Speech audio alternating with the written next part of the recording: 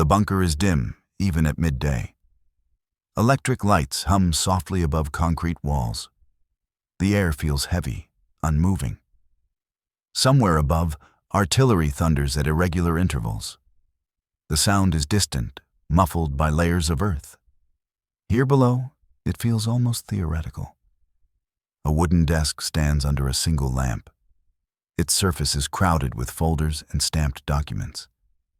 Paper has become the last medium of power. Adolf Hitler sits slowly, stiffly. His uniform hangs loose on his frame. His movements are careful, deliberate. An aide steps forward without speaking. A document is placed on the desk. Another order, another signature required. The pen scratches across the page. The sound is dry, unmistakable. Ink flows smoothly, obediently. Outside this room, the command structure is collapsing. Army groups no longer exist as formations. Telephone lines fail more often than they connect. Yet here, procedure continues. Orders are formatted correctly. Dates are written in full. Hitler reads the text briefly. The language is absolute. Commands assume divisions, fuel, and time. None of those things remain. The order cannot reach its destination. Even if it did, it could not be obeyed. The pen pauses, then moves again. A signature is completed. Authority is asserted one more time. This sound, the pen on paper, is now louder than any explosion. It is the last clear signal of command. Everything else has dissolved into noise. The bunker absorbs the moment without reaction. No one comments. No one interrupts. This is how the war continues here, not through movement or maneuver, but through paperwork maintained out of habit. And on this day, as documents continue to circulate underground, the gap between written authority and real control quietly reaches its final, irreversible width. April 1945 offers no stable picture of Germany anymore. The country exists as fragments held together by inertia. Movement replaces structure. Berlin is encircled from the east. Soviet artillery advances block by block. The front is now a city. In the west, Allied armies cross the Rhine without pause. German resistance appears in pockets, then fades. Whole units dissolve before contact. Communications are unreliable everywhere. Orders arrive late or not at all. Many never leave headquarters. Fuel stocks are nearly exhausted. Armored units are immobilized where they stand. Aircraft remain grounded for lack of supplies. Desertion accelerates quietly. Soldiers leave at night. Commanders stop reporting exact numbers. Rail networks collapse under bombing and chaos. Timetables become meaningless. The interior cannot support the front. Inside the Führerbunker, this collapse is partially visible. Maps show shrinking zones of control. Reality is filtered, but no longer hidden. What remains of government operates underground. Ministries function by habit alone. Files are still stamped and archived. The war has not ended officially, but its mechanisms have failed. Only procedure continues uninterrupted. This context matters because it explains the persistence of paperwork. Authority survives longest on paper. Control does not. By April, Germany is no longer fighting as a state. It is reacting as an institution unwilling to admit termination. Forms replace forces. And within this hollow structure, orders continue to move. Not because they can change events, but because stopping would mean acknowledging that command itself has already ended. Inside the bunker, command is treated as a physical object. If orders are written, authority must still exist. That belief holds the routine together. Hitler continues to dictate instructions daily. They are precise. They reference units, sectors, counterattacks. The language assumes obedience as a given. Divisions are ordered to move. Armies are told to hold ground. This illusion depends on distance from consequence. The pen never hears silence on the other end of the line. Paper never reports failure. Staff officers maintain the structure carefully. Documents are typed, copied, stamped. Signatures are logged. No one openly challenges the process. To do so would be to declare the end. That responsibility is avoided. Orders move upward and downward simultaneously. Some reach subordinate commands. Most do not. Where they arrive, they collide with reality. Units no longer exist. Fuel is gone. Commanders improvise or ignore instructions quietly. Local survival replaces obedience. Authority fractures without announcement. Yet in the bunker, this fragmentation remains abstract. The map still accepts arrows. The desk still accepts paper. This separation allows belief to persist. If command is written, it must still function.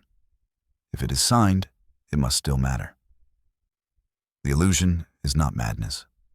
It is insulation, a final barrier against acknowledgement. As long as orders are issued, defeat has not been admitted. As long as signatures continue, leadership feels intact. The system confuses motion with control. This illusion sustains the final days. It delays acceptance, not collapse. Collapse is already underway. And because command is believed to exist, the moment when it finally becomes undeniable will arrive not with a battlefield report, but with paperwork that no longer has anywhere to go. The cracks do not announce themselves loudly. They appear as delays, as gaps between instruction and response. Orders leave the bunker on schedule. They do not return with confirmation. Silence replaces acknowledgement. Field commanders begin acting on their own timelines. They withdraw without permission. They hold positions longer than ordered, then abandon them. Messages arrive reporting compliance that never occurred. Language becomes vague. Times and locations blur. Telephones connect less often now.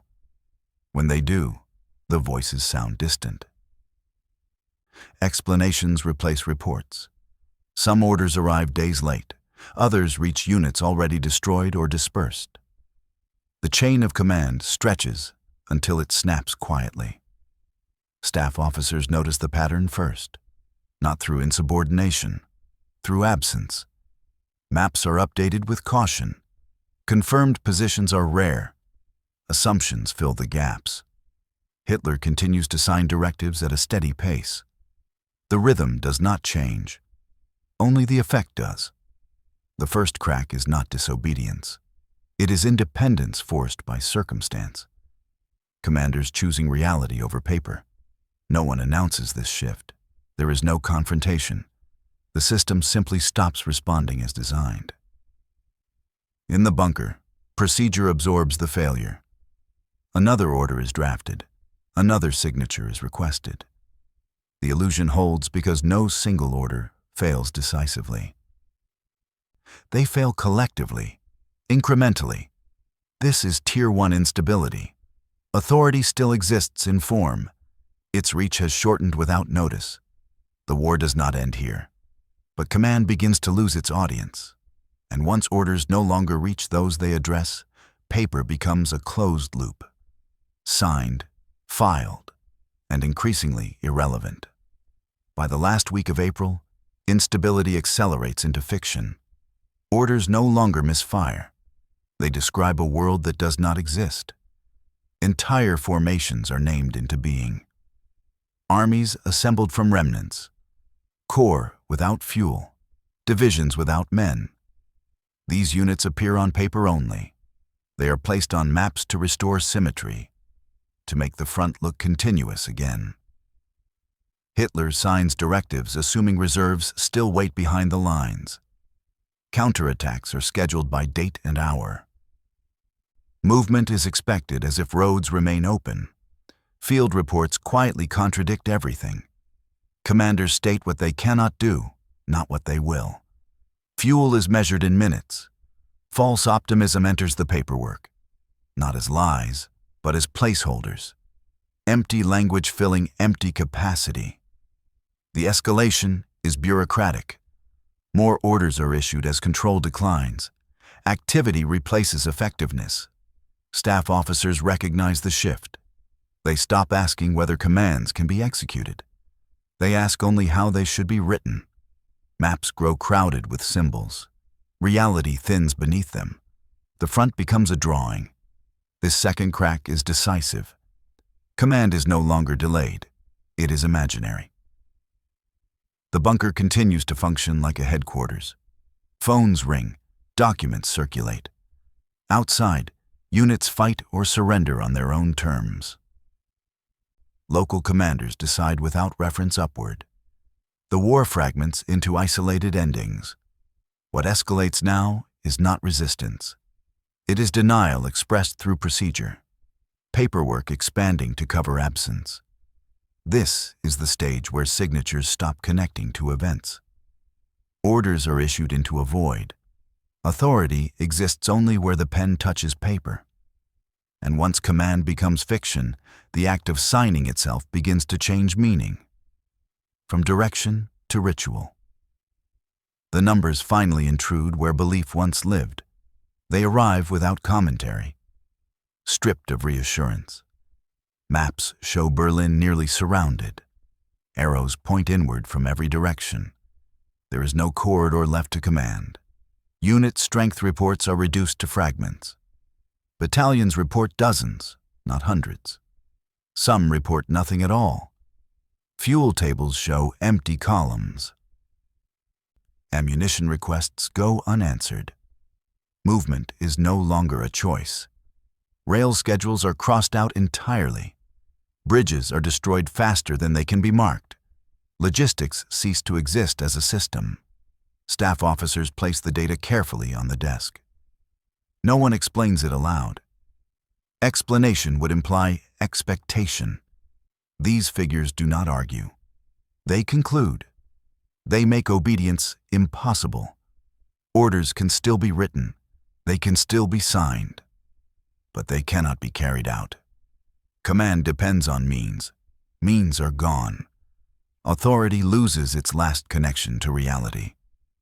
Hitler reviews the documents in silence.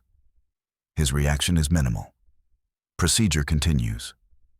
There is no declaration that command has failed. Failure is inferred through absence of response, through data that no longer invites decision. This is the final threshold. Not emotional collapse, operational impossibility. The war cannot be directed anymore. It can only be narrated on paper, and paper will continue to circulate as long as hands remain to pass it. This data does not end the war. It ends obedience. And without obedience, command becomes ceremonial. The pen still moves. The desk remains occupied, but the numbers have severed the last functional link. From this point forward, the act of signing carries no expectation of effect, only the appearance of continuity in a system that has already stopped responding. The documents are prepared early that day. They are typed cleanly, formatted correctly, stamped in sequence. Nothing about them suggests finality. Hitler reviews the pages one by one. His movements are slow but precise. The ritual is familiar. These are military orders. Commands for formations that exist only in fragments. Instructions that assume communication, fuel, obedience. He reads without comment. There is no discussion of feasibility, only wording. The pen is placed carefully in his hand. He adjusts his grip. The room waits. Ink meets paper. A signature forms, deliberate and practiced. The act is unmistakable. This is the last time Hitler signs operational military orders. No announcement marks it. No one notes the moment aloud. The signatures do not change the front. They do not move a single unit. They do not delay what is coming.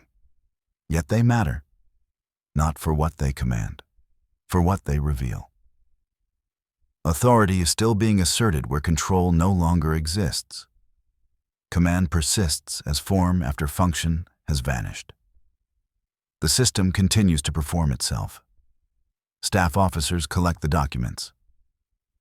They are logged, copied, dispatched. Procedure remains flawless. No one expects compliance. No one asks for confirmation. The orders will travel as far as the system allows.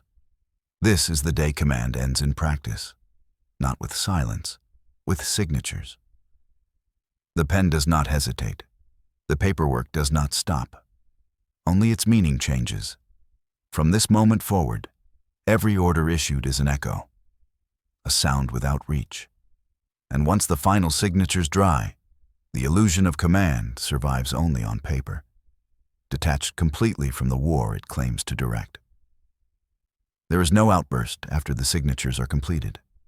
No raised voices, no visible break. The staff absorbs the moment quietly. Folders are closed, documents are carried out with practiced care. A few officers exchange brief glances. Nothing is said. Understanding does not require explanation. Messages are transmitted as usual. Codes are followed. Distribution lists remain unchanged. But something has shifted beneath the routine. No one waits for results anymore. No one expects confirmation. In distant headquarters, the orders arrive like relics. Some are received hours late, others never arrive at all. Commanders read them without response. They already know what cannot be done. Local reality has replaced central direction. In the bunker, silence lengthens between tasks. The rhythm of work slows, urgency drains away. Hitler does not ask for updates. No follow-up is demanded. The system no longer checks itself. This aftershock is internal, not dramatic. It is the moment everyone understands the same thing separately.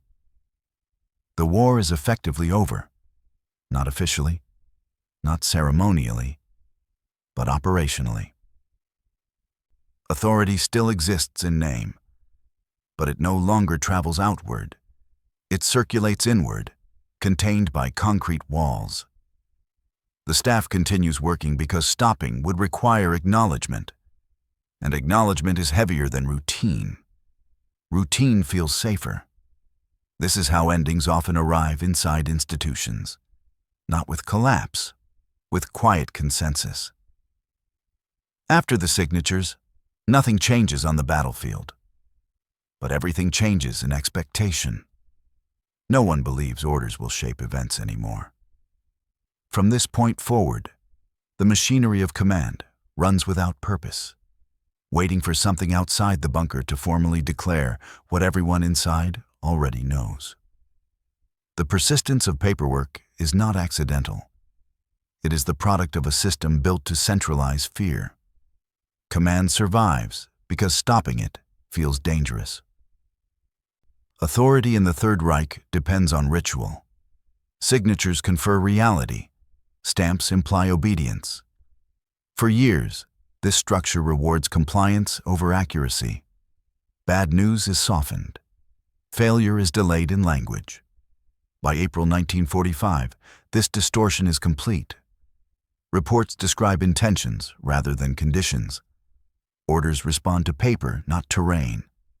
Centralization accelerates the problem. All decisions flow upward. Correction cannot flow back down. Field commanders learn to adapt silently. They act first, report later. Survival replaces procedure. Hitler's leadership style reinforces the gap. He demands certainty. Reality offers none. So reality is filtered out. What remains is form. Documents that preserve authority without confronting loss. The bunker becomes a closed loop. Orders generate reports. Reports justify more orders. This is why command persists after control has vanished.